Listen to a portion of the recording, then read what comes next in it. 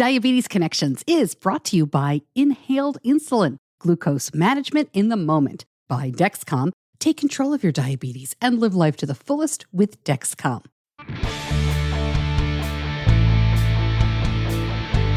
This is Diabetes Connections with Stacey Sims.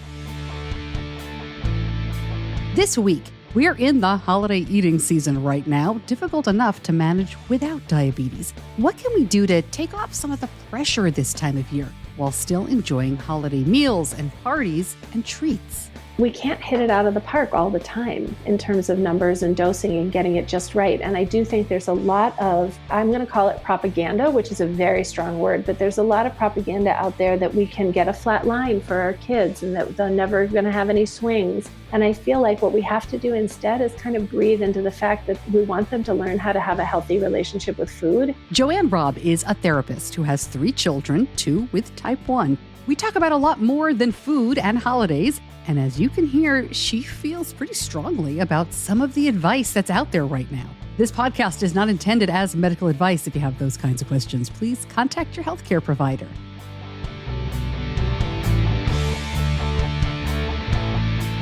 Welcome to another week of the show. I am always so glad to have you here. You know we aim to educate and inspire about diabetes with a focus on people who use insulin. I really hope you had a good Thanksgiving. We had a lot of fun. It was a very small gathering for us. We don't have those huge, I see people with like 30 people at their house, 40 people at their house. I think the most we ever really have had is maybe 18 to 20. This year, there were just 6 of us, just my immediate family and my parents. Slade, my husband, is the cook in the family, so he made most of Thanksgiving. The kids and my mom made a couple of dishes too, which is really nice to see them cooking together. And I'm kind of lying about the small gathering because as I'm talking, I'm remembering on Wednesday, we had a bunch of neighbors over for pizza. Slade used to own an Italian restaurant, loves to make pizza. So he did that Wednesday. And then we went to another friend's house Thursday for dessert. Bottom line, regardless of crowd, was lots of eating at Thanksgiving. And Benny did really well. And I say that, not really talking about numbers. I put out a post which got a lot of attention a couple of days ago,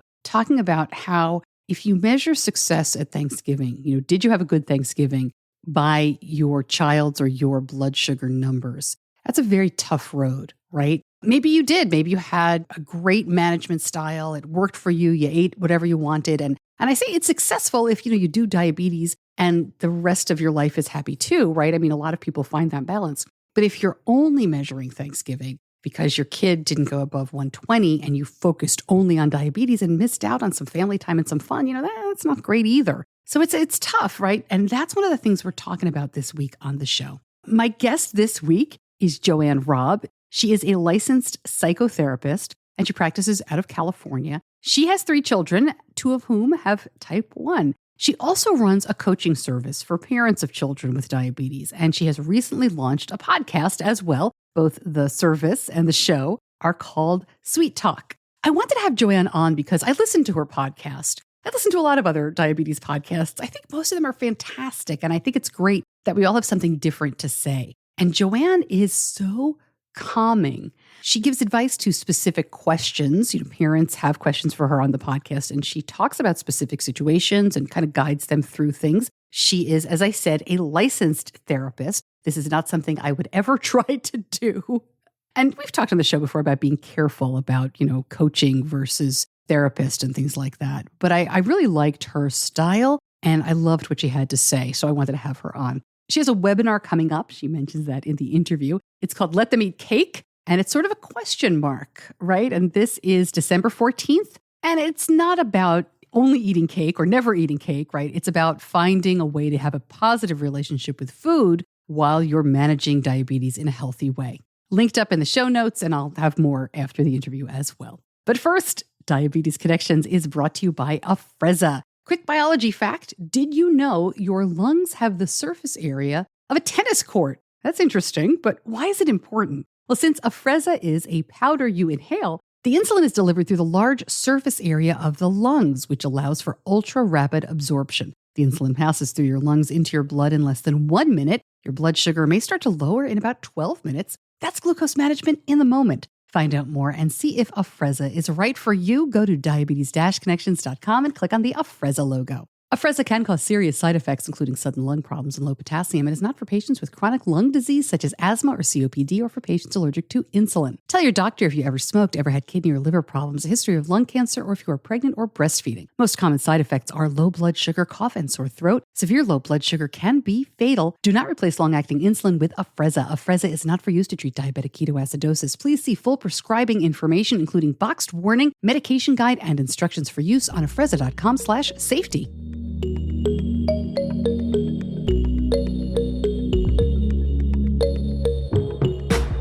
JoAnne, thank you so much for joining me. I'm really glad to have you here. Thanks, Stacey. I'm excited to be here and meet you.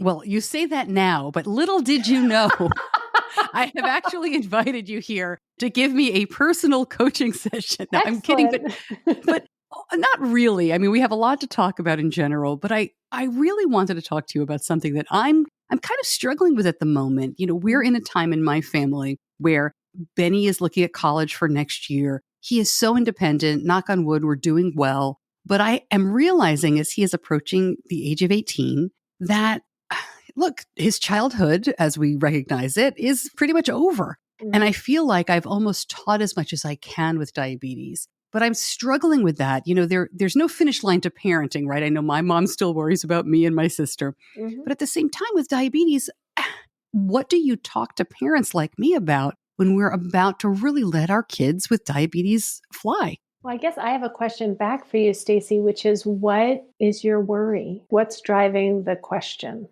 Oh, sure. Turn it back around on me. I think Sorry, what's driving the therapist in me. I can't help myself. Well, I have two, to be real. Mm-hmm. My first is, I think, the fear that most parents sending their kids to college have, which is the dangers of alcohol. Mm-hmm. You know, have we taught him enough? I don't want him to have the shadow of diabetes up around him all the time. I want him to have it with him as he's always had, which is, as I said, less of a shadow and more as a responsibility, something that he carries with him. But I'm scared of that partying aspect of it. Mm-hmm. And then the other thing is, I really feel like, and this is so mean to Benny, I hope he's not listening. Mm-hmm. Listen, he could be doing better, right? If I were in charge, he'd be doing better. And I wonder, you know, have we done enough for him? Would he be in a different place if I had been more strict or things like that? And the window is closing. I know he's not going to change, but my window of teaching is closing. So that was a long-winded answer to your question. Mm-hmm. I'm taking some notes, Stacey. Yeah, see, I wasn't real about being the therapy session. No. I have to, because otherwise I don't grab your language. So these are real concerns, right? And I think I want to take that second one first. If I were in charge, he would be doing better, or would he be doing better? And have I taught him enough? And the window is closing. So I want to name, I actually think the window closed a while ago. With an 18-year-old, your window closed 16 and a half, 17. Yeah. And I don't think we're teachers anymore by the time they're this age. We're kind of coaches. And hopefully the relationship is strong enough that when there is trouble, he will turn to you for some guidance. Somebody who I really respect said to me once, when our kids are teenagers, and by this she meant pre-adult, not 18 and 19. When our kids are teenagers, our job is to hold the lines firm, right? Like I picture all the boundaries and the kid is like shaking up against them and we're saying, nope, this is where the boundary is. And she said, and when they're adults, our job is to pick up the pieces, right? And that's a painful thought for us with kids with type 1 because the pieces are a little more frightening, right? A little more devastating, possibly. But you know this because you have an older child. She makes mistakes. She sometimes calls you and tells you about them. You listen empathically. Sometimes you internally feel frustrated. You perhaps provide some guidance and she course corrects, hopefully, and moves on. And it's a little the same with diabetes. And they are, you know, the statistics on this are so clear that as our kids hit these ages that Benny is, even a little before and a little later, their A1Cs tend to go up. And, you know, the way I talk about it is we never want to unclip our seatbelt. I feel like I do that all the time. And we need to be compassionate that the job is a little too much and too hard, given all the other developmental tasks they have. I am sure you have taught him well enough. And now he's going to fly. And of course, he'll make mistakes. And you're there to be a coach and a guide when he's turning to you for that support. Yeah. I love that you mentioned my older daughter because it is so, I think sometimes it's a little easier with diabetes if you have an older child who doesn't have it because you realize that everything's not about diabetes. Yeah. Yeah. It's so true. Yes. That's such a good point. Is there something specifically you're thinking of? Yeah. I'm thinking of the change that happened when she really, I have to be careful about how I talk to her. She's very private, but I am thinking about the changes of being a tween, being a teenager. The sweet little kid goes to being, kind of slamming doors and Yeah. lying about dumb things like homework that they obviously didn't do or chores or, it has nothing to do with diabetes. It's just that a lot of kids go through this phase where they're a little rebellious and kind of a jerk. It's just, that puberty nonsense. Yep. No, it's a great example. Thank you for sharing it. I hope your daughter is okay with it. But the way I like to talk about it is diabetes sits on the fault line. So if your kid is in a rebellious place, they're going to be more rebellious around diabetes. It's a place they get to act out. Yeah. But you're absolutely right. Like our non-T1D kids, they do these things too. And these are developmental steps that all children have to go through. It's just diabetes is this extra backpack. Wow. All right. So briefly, because I don't want to make it all about me. Yeah. But I know there's nothing I can do right now other than educating him, which we've done. And I think he's taking it seriously about alcohol. Any other insight on that? I don't really have it. I think that it is about educating the kids and about talking about safety and knowing that there's a good chance they're going to experiment. There actually, I did on my podcast, I did a whole episode on going to college. And for that one, normally I just answer parent questions, but for that one, I actually interviewed a 23-year-old and she talks a little about her experience with alcohol. And she has had a lovely relationship with her parents. And clearly that she was well educated and she still fell into the trap of drinking too much once. And it once was enough, right? It was scary enough. And I think what I would recommend is seeing if your child is comfortable having peer support, right? Making sure that peers not only know that he has diabetes when he goes drinking, but also, that you even maybe have their phone number, that they have your phone number in case things get dicey so that they can call and you can help direct traffic if things are hard. I am lucky in that Benny's very open. And one of the things we've said, and this is advice I got from adults with type 1, was as long as you have good friends who know that you have diabetes, then you're probably covered, right? Because you're not going to be there. He needs his friends to be looking out for him. Yeah, I actually agree with that. And I think it can be, some kids find it hard to talk. Like my son actually asked a few people in college, are you willing to learn about this? And he told all of his roommates and his suite mates or whatever freshman year, but he had a few friends who were really close who really knew. And I think that that's what helps keep them safe. Well, now that I jumped right in and made you play therapist for me, let me ask you, tell us about your family. You have 3 children, 2 of whom have type 1, right? Yeah, exactly. So I have 3 kids. My oldest son has had diabetes since he was 9 and he's now 23, graduated from college already. And I have a 19-year-old who's in college and my poor non-type 1 middle child. And then I have a youngest who was diagnosed at 4 through TrialNet, and she's now 14, a freshman in high school. With TrialNet, I'm always curious, what made you decide to do that? So when my son was first diagnosed, the nurse came around and said, there's this TrialNet thing. And I said, no, thank you very much. I have no desire to do anything more than just try to deal with what just got handed to us. We went to camp, which I'm a pretty big proponent of family camp, and they talked about it there, and I was ready to do it then. And so we all did labs then. My daughter came back negative. She was 1. And then at 2, she came back positive with positive markers. And so did I, actually. Oh, wow. But mine are like, I have 1. So it kind of, nothing's going to happen to me, probably. Knock wood.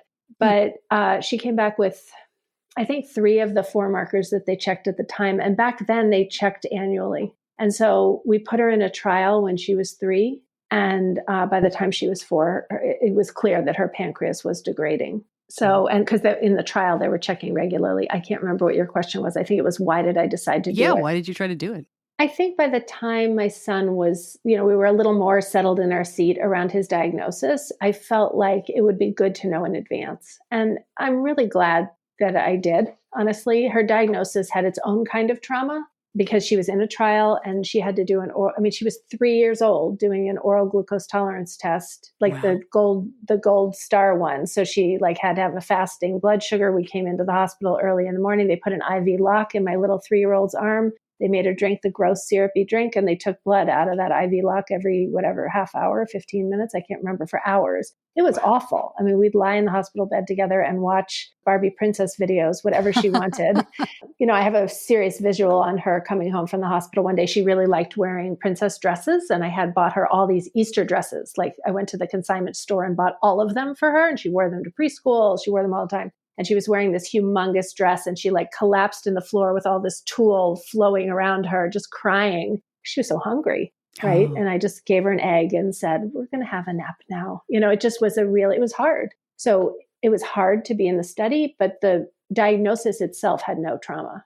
Like there was no like shock. There was no anything. I think we started on one shot of Lantus a day. That's it. Like 2 finger sticks, 1 shot of Lantus. So in the end, I think that it was a good way to enter it for us. But I think I decided to do it thinking that it would be easier to know in advance. And for us, it was. I could do an episode a week about TrialNet. I mean, it's what we're finding out, the new JDRF monitoring system. It's so interesting. Yeah. I have a niece, Stacey, who has all of the markers and she has not been diagnosed yet. Wow. It's crazy. That was like back when my son was diagnosed. So 14, 15 years ago. I don't understand how it is she doesn't have diabetes yet. I have a friend who has the 3 markers as an adult and she doesn't have it. Yeah. Who knows? What we do is we hope for those people they don't get it, Right. And maybe we can learn something from it. When did you decide or how did you decide to help other parents who are going through these struggles with diabetes? I don't have a moment that I can point to. I think that it always was interesting to me. I was living it myself. I guess it's sort of at my children's elementary, middle school, they really focused on the idea of activism. And I think that activism is a way to heal, right? Like getting busy and involved is a way to feel in control of things. And so I think, I did a lot of learning in the diabetes space. So I was involved in trials through UCSF, which are local to me. And I just started realizing how desperately anxious all parents were. Like it wasn't just me, right? It was all of us. And, my skills as a therapist applied. And so I think it just was a natural turning towards. And I also, my dad has type 1. So I felt like I really understood it from so many different angles. And so it felt important both for me and for the community to help focus on the fact that there's a way to reduce anxiety around this. Well, one of the things you're doing is holding regular webinars, and people can go to your website and see all the coaching that you do and the courses and things like that. I wanted to ask you, you've got a webinar coming up talking about holidays and food and the time of year we are in. It seems to me like we get to Halloween and then it's nonstop food and candy and sweets all the way till we have to, till we diet in January. And I struggle with that a little less as my kids are older now. But man, we were in it. I just remember thinking like, please let this be one of the teachers that doesn't have a party every week. What advice do you have for parents of elementary school or newer diagnosed teens? How do we get through this time of year? Such a good question. I think the real answer is not how do we get through this time of year, even though what you're pointing to is absolutely true, but it's how do we be level in our relationship to food with diabetes? So we can't hit it out of the park all the time in terms of numbers and dosing and getting it just right. And I do think there's a lot of, I'm going to call it propaganda, which is a very strong word, but there's a lot of propaganda out there that we can get a flat line for our kids and that they're never going to have any swings. And I feel like what we have to do instead is kind of breathe into the fact that we want them to learn how to have a healthy relationship with food and to eat, quote unquote, normally. Does mean that sometimes they're going to be involved in that party where there's a lot of carbs and it's kind of miserable from a blood sugar perspective. Yeah. We can try to partner with the teachers at school so that we can get out ahead of it as much as possible, but that's normal and that those swings aren't going to change the course of their life any, and in fact, sort of positively reflect their relationship to food and eating. So it's not comfortable. Right? As parents, we really have to recognize that the numbers aren't going to always be in range, and that's okay. Or you're going to figure out how to dose for that crazy candy thing that your kid really, really loves. And sometimes you're going to learn how to do it so well that you keep knocking it out of the park. Like I don't suggest in any way you shouldn't try, but if you don't succeed at keeping them, below 150 or whatever your target is, below 180, it's okay. You're going to correct and you're going to move on. And you're teaching them how to be flexible as well. So it's not an easy answer because it requires a lot of internal work for us. You are singing my song. Although I haven't heard anybody call it propaganda, but I love that because you're right. It is a strong word, but it's appropriate in a lot of the instances where we see people putting out goals that are unattainable for some. But I love what you said about it's not just about this time of year. Because you're right. It's not as though we spent the rest of the year kind of relaxed around food. And one of the things that I was so nervous about with Benny, But I was mindful too with my daughter. And I think it's frankly because she's a girl. And I hate to say it, but I was more cognizant of this one with a girl is just like not trying to be really careful of not teaching them what I grew up thinking. And not because of my parents. My parents were great. But, that whole thing of girls shouldn't eat that or calories are bad. It's such a hard thing. I'm not sure I did a great job, but we do our best. How do you have those conversations around food? I'm not asking you to solve everything, JoAnne. Any advice for kind of having those conversations with your kids or things you try to coach your parents that work with you to say? Yeah. So actually the webinar that I'm giving in December, it's called Let Them Eat Cake with a question mark. I talk about this, but the short version is, well, let's think. There are a few short versions. One is to really, and it sounds like you, Stacey, totally get this, right? To really tone down and eliminate, if possible, all talk about diet in your household. And the thing is, diet today, that conversation is not about Weight Watchers. It's weirdly about health. So we code health where we're actually talking about dieting. So we talk about elimination fasts and things like this. And those are really diets because what it is it codes some food as bad. And there are other foods that are good, that are healthy and good. I'm putting it in quotes in my, air quotes. And then there's some foods that we code as bad. And we really want to eliminate that. Like, of course, there are foods you don't want to be eating all day long. But the truth is, actually, there's no food you want to be eating all day long, even if it's the, quote, healthiest food that there is. Like, no one can survive on salad. No one can survive on chicken, right? You need all the foods. And it's totally fine to have, I'll be radical here, like I have a McDonald's hamburger. When you're traveling down the freeway and that's the only place to stop, you need to be able to eat a McDonald's hamburger. I think a lot of it is about thinking about food flexibly and leaving your diet talk at the door, which for some people is hard. Like I grew up in a very diet-focused household, a very weight-focused household, and I've worked really hard. I mean, I don't have a scale in my house. Like, what does a scale tell you exactly? Nothing. Wow.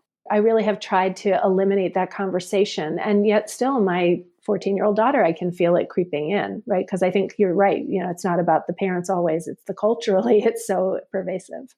There's this amazing trend on TikTok, which I don't have, but my daughter sends me and tells me about. And it's women, younger women, I guess I would say younger millennials and under 30s and things like that, kind of showing, can you sound any older than when you try to describe what's happening on TikTok? But, I'm right there with you, Stacey. Right. But they're showing and they're replaying these conversations they've had with their moms. And it's kind of loving toward the mom. It's not making fun of, in my opinion, what she sent to me. It's just pointing out how painful and hard it can be, especially for the mom. Things like, nothing tastes as good as skinny feels. Things that are coded like, I don't want to get too far into this diet culture stuff, but things that are always saying you're more attractive when you're thin. Yeah. Or don't eat that. People will like you more if you eat less. And it's amazing to see this generation really claiming that and showing how that language can be so harmful. Yeah, I love that. I actually have someone recently who said to me, you know how kids today get a bikini body? And I was like, no, how? And she said, they put on a bikini. And I just love that because it's true, right? Yeah. I really love it. But I think going back to diabetes, we did struggle with food. Sure. In that, and Benny has been very open about this, in that, he was always an overweight kid. But man, we had a great endocrinologist who said, I'm not concerned about this. What you think of as overweight is not unhealthy. Like I'm looking at his family history. I'm looking at, the makeup of everybody. And so we're not going to do anything about this. Good. We're not going to restrict him. And I'm so thankful because as he grew up, like a lot of kids do, he kind of came into his own body and he grew appropriately. And he seems, fingers crossed, to have a good relationship with food to the point now where, I wish he would bolus more and bolus in advance more. But he cooks. He made some kind of weird pumpkin oatmeal this morning. I don't know. But, like I would open a package of instant oatmeal and he actually like cut up a pumpkin and did something weird in my kitchen. Wow, that's awesome. So, he's trying. I don't know, JoAnne, I'm talking way too much. Let me get the conversation back to you. But can I say one more thing about this? Please. And you might not want to include it. I don't know. But I actually have a good amount of training as a therapist in the eating disorder world. And one thing that we know in this world is that kids should be on their growth curve. And there are some people who have heavier bodies, right? And it doesn't make them not healthy. There's actually a wonderful teaching on the internet. It's called Poodle Science. And it talks about how not everyone can be a poodle. Like there are Labradors and there are Mastiffs, and we all have different body types. And that's true in diabetes too. Like not everyone is going to look like the model du jour. We just don't all have those bodies. Let me take that a little bit further because we know that people with diabetes are more at risk for disordered eating. Mm-hmm. It's a fear for a lot of parents, and it's a reality. Any advice on that? Any thoughts on that?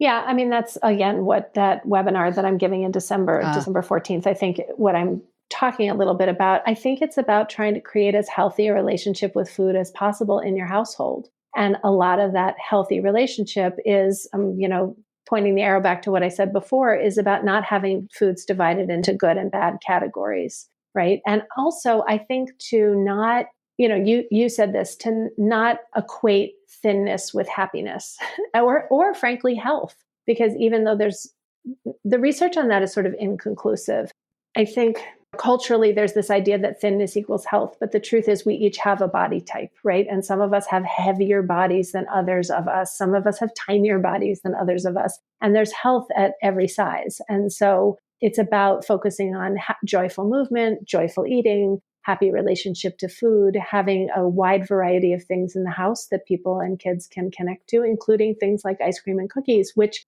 I will say with diabetes can be very, very tricky. Like the only reason I think it's easier for us now is because my kids are on closed loop systems, right? That makes it sane for us in our relationship with diabetes. So I think that is a general formula for how to create a healthy relationship to food and eating, and ultimately to try to avoid eating disorder. What I want to say, though, is that some of that is they're finding some of eating disorder is genetic, right? There's a genetic piece to it in the anxiety category. So, not to beat yourself up if it comes too, because it is a higher risk for our kids with type 1. Yeah. Another thing I wanted to address is, it's funny, you mentioned McDonald's earlier. McDonald's is the first place we went out to eat after my son was diagnosed, because back in 2006, it's the only place I could find a carb count. That's great. Yep. Good for So McDonald's. Bringing my diabetic 2-year-old to McDonald's. That was a healthy choice. But we've eaten fast food on and off, throughout the years. You do what you got to do. I wanted to address, too, kind of being kind to yourself as a parent, because like many parents of kids with diabetes, we have tried many different ways of eating. We went super low carb for a while in the beginning. Then we went like everything in moderation. Then we really tried to do, and I laugh at myself because I tried to do that. Like, these are the green foods. These are the red foods. These are like, you can eat anything in the shelf here and you have to ask me about this. And, some things work, some things don't, but I'm really glad that I tried different things. And I'm wondering, can you talk a little bit about that? Because I think sometimes we as parents feel like this is the only way. Mm-hmm. Well, I like your flexibility. I mean, I haven't thought about it like that, Stacey, so I have to sit with it a little bit. My failure at one thing to the next as well. But that's good, right? Like we have to try things as parents, and we try them in lots of ways. We try different parenting strategies with, like I'm definitely feeling like parenting my youngest child is radically different than parenting my oldest child. And so I'm having to really reach deep and think harder about something that I felt like was on autopilot almost. So you're talking about places where you realized things didn't work, or you were seeing responses in the family that didn't feel right. And so you tried something different. So I think, mostly what I have to say to you is good for you, right? Like you were responding to something that you needed to titrate or toggle and try something different. As you look back, as you said, you've got your oldest child with diabetes is out of college now, and then your youngest is in high school or middle school? High school. She's a freshman in high school. Wow. Yeah. Like, what is your relationship to your oldest child's diabetes? Not to your child, to himself, but to the diabetes? Yeah, that's a good question. And actually, it made me think of it when you said, like, the parenting journey is never over, and maybe parenting diabetes isn't over. Yeah. I feel like there really is a way that I'm not involved with it.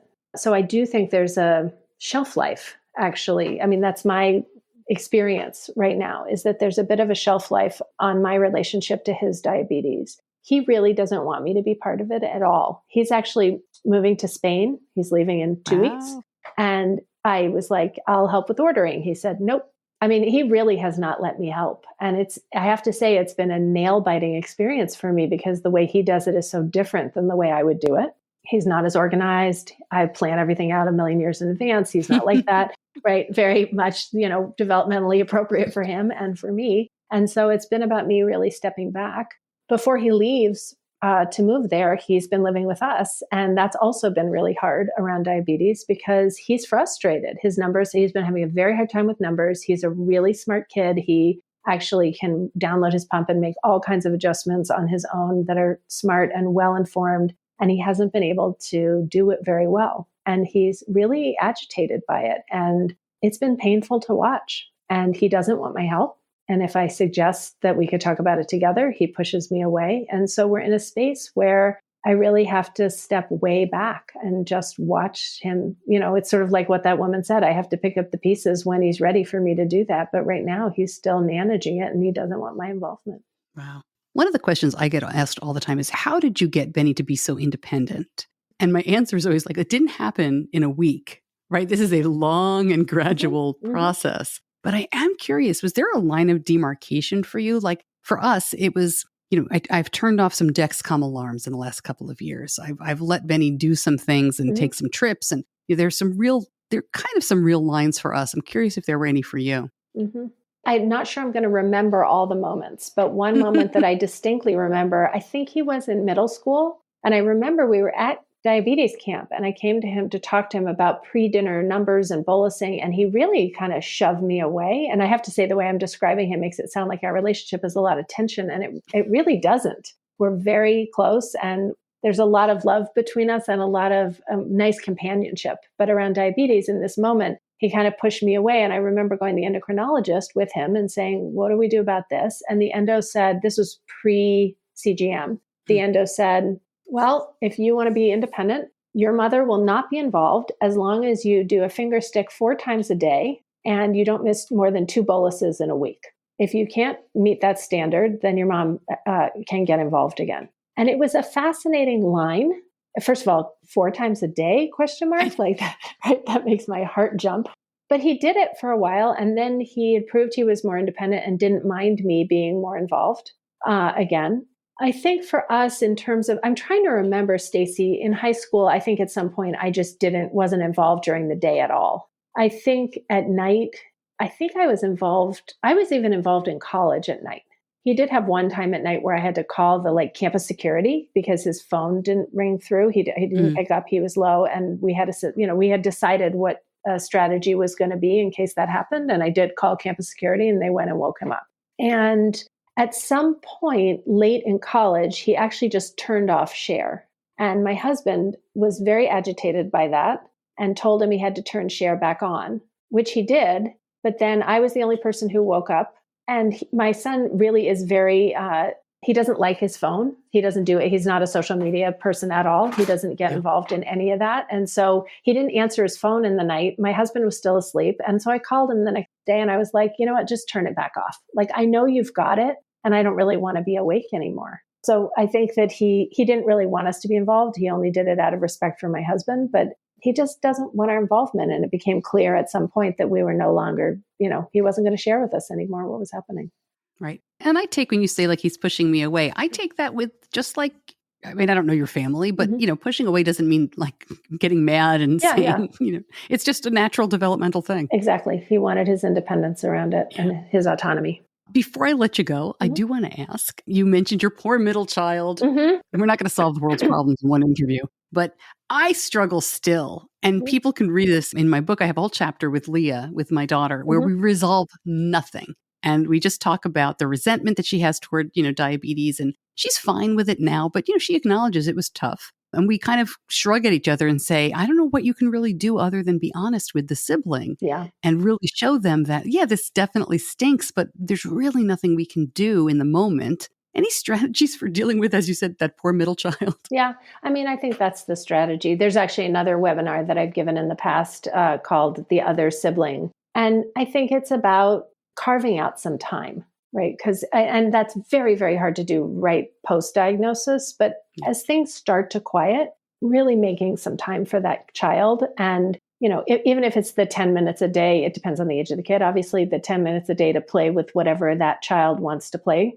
But I also think doing exactly what you're saying, acknowledging that I know diabetes is really getting in the way here. And it's taking up a lot of my time and focus and energy. And I imagine that feels terrible for you, right? again, depending on the age of the child might not be able to articulate how they feel. So putting some words to what you imagine, if the child's older asking, they might not say, right? They might feel badly saying, or they might feel too resentful and withholding to say. So that's fine to acknowledge that seems like a normal response. But I think just making it as explicit as you can and carving out time, I think are the two kind of tracks to try to help with that. I meant to ask you, you said earlier that your dad lives with type 1. How is he doing, and how has he been with your kids? I guess at this point it's kind of old hat, but I'm curious about that relationship. A grandparent, I assume you and your husband don't have diabetes, correct, to their grandchildren who do. Yeah. Well, so what's fascinating about that is I think my dad has really felt seen in the process of me becoming somebody who's so educated about type 1, because I think my dad actually struggled with a lot of lows always when I was a child, like scary, scary lows. This was pre any technology. And he was on NPH, right? That insulin that peaked at different times. You had to eat to cover that. It was hard. And there was a little bit of a narrative in the family that he was being irresponsible. And as an adult, yes, do I think there are probably some things he could have done differently to make our lives a little easier? I do. And I also think that diabetes has a way of kind of slamming into you. Those times where your kid is high and high and high, it doesn't matter. It's like you're pouring water into them when you dose them, or the times when they're low and you feed them and feed them and feed them, and it just doesn't seem to come up. So that can happen, right? And I think he felt so relieved when I became really educated about it, because he felt better seen. And actually, I would say my type 1 son during the pandemic went and lived with my parents for a little bit. He actually did a lot of support of my dad. So I got my dad onto a CGM, which has been a lifesaver, right? He hasn't had lows since, thank goodness. And my son has helped him with all the tech and supporting him in all kinds of ways. So it's weirdly, you're phrasing the question, Stacey, like, how did my father support them in their diabetes? And I actually think it's the reverse in some weird way. Not that they supported him, although my son certainly has, but I think that them having diabetes has made it be more out in the family and makes him feel more seen. And there are ways that, me learning about it has helped him with tech and getting sort of his management tighter. Wow, that's fantastic. Yeah. I love it. Well, JoAnne, thank you so much for joining me. We went in a few different directions, but I really appreciate your time. We will link up all the information. Let them eat cake, ? Yep. Is the next opportunity to work with you. Yep. Thanks so much for being here. Thank you, Stacey. It's been wonderful to meet you and talk with you.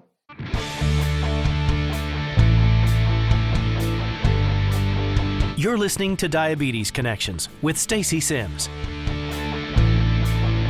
Much more information about JoAnne, including the Let Them Eat Cake ? Webinar coming up in December. You can find out more about her courses as well in the show notes. It is all linked up. And as always, if you have trouble finding the links or clicking on them in the app you're listening to right now, some of these apps are fantastic for listening and not so hot for clicking. Everything is always at diabetes-connections.com on the episode homepage. Not a lot of events coming up in the next week or two, but I have a little bit of a personal update for you. Benny got some good news recently. But first, Diabetes Connections is brought to you by Dexcom. And it is hard to remember what things were like before we started using Dexcom. I haven't forgotten. I mean, how do you forget? But it really is so different now. When Benny was first diagnosed, he was not yet 2, and we were doing something like 10 finger sticks a day. Even when he got older, we did at least 6 to 8 every day, very routinely, and more when he wasn't feeling well. But with each iteration of Dexcom, we have done fewer and fewer sticks. The latest generation, the G6, eliminates finger sticks for calibration and diabetes treatment decisions. Just thinking about Benny's little worn-out fingertips, they were so full of holes. When they got wet, you could see all of the finger sticks we had done on his fingertips. I never thought they would heal. They are healthy and smooth. I never thought that would happen. It makes me so glad that Dexcom has helped us come so far. If your glucose alerts and readings from the G6 do not match symptoms or expectations, use a blood glucose meter to make diabetes treatment decisions. Learn more, go to diabetes-connections.com and click on the Dexcom logo. As I said, we had family in for Thanksgiving, just my mom and dad, but the house felt really busy, right? Both kids were home. I mean, Benny's still here, but he's always working or running around with friends, and it was just great to have him around, and my daughter Leah came home for the whole week. And thank you so much for all the great feedback. We got so much nice feedback on Leah's episode. I really appreciate that. And I think it's going to be helpful for families with siblings, people who are siblings. It's just one of those things that you don't really have a solution to, right? They always feel like they get less attention, and they do than the sibling with diabetes. But we just continue to talk about it, and I'm really proud of her. So our conversations were about what happens after college. Both kids are seniors. Leah's a senior in college. So we're talking about what happens with her after. She has the beginnings of a plan. I'm not worried about her, but gosh, these kids are all so stressed out. They think they're never going to get a job and where they're going to live. And we know it's all going to work out fine, but they don't. So we listen, we advise, but we're standing back. And Benny got his first college acceptance, and it came with a separate envelope with some money, with a scholarship offer. This is not his first choice. We are still waiting on that. And he asked me to talk about this in broad terms. He doesn't want me mentioning all the schools. I don't blame him. But it is very exciting to get that first acceptance. And boy, is it nice to be wanted. So good for him. And now, we were talking about it with my parents here. We're in graduation planning mode for both kids. I know it's far away, but I had to make hotel reservations for Leah's graduation. We had to send out some family save the date stuff for family that's closer for Benny's. I mean, it's just, it's all happening. Oh my gosh. Okay, what else is happening? We do have a newscast this week. We are back on that schedule, and we have some technology episodes coming up as well. Next week, I'm talking to the folks from OneDrop. We haven't talked to them in a while. They're developing their own CGM. So this was interesting. Very happy to talk to them about who this is for and, why they decided to jump into this market. And the end of the year usually means some last-minute FDA stuff, so we'll be talking about that as well. Some approvals. Keep your fingers crossed, perhaps. Thank you, as always, to my editor, John Buchanan from Audio Editing Solutions. Thank you so much for listening. I'm Stacey Sims. I'll see you back here soon. Until then, be kind to yourself.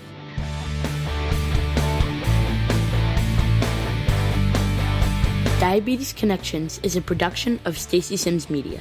All rights reserved, all wrongs avenged.